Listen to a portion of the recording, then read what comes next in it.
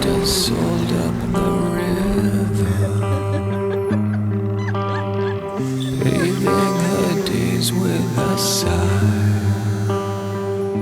Tatoveringer over hele kroppen, et saftigt sprog, masser af bajer og en pige i hver en havn. Der er mange myter om den danske sømand, og i denne serie tager vi ham under kærlig behandling.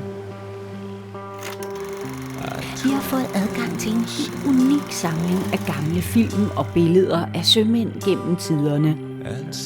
Og derfor kan vi invitere jer med ombord, med i havn og med i krig. Helt tæt på. Framed to the